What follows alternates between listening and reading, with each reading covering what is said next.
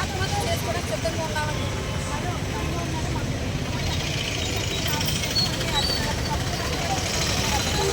చాలాసార్లు వెళ్ళామండి, పవన్ కళ్యాణ్ గారి దగ్గర వెళ్ళామండి, విజయవాడ వెళ్ళారండి, అన్ని దిక్కులకి తిరిగారండి.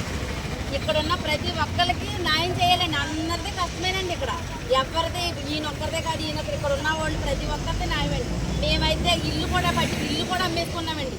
ఇల్లు లేదు, అద్దెకి 2000 అద్దెకి ఉంటున్నామండి. కూలి లేకుండా మా పిల్లలు కష్టపడుకుని కూలి పనికి వెళ్ళి ఈ వడ్డీలు తెచ్చుకుని 15 రూపాయలు వడ్డీలు తెచ్చుకుని కట్టుకున్నామండి. ఆ లారీలు కూడా అట్టుకెళ్ళిపోండి, అవి ఉండి చెప్పుకుంటే వ్యాపారం చేసుకుంటారండి, అవి కూడా పట్టుకుపోయారండి. ఎలా బ్రతకాలండి మేము?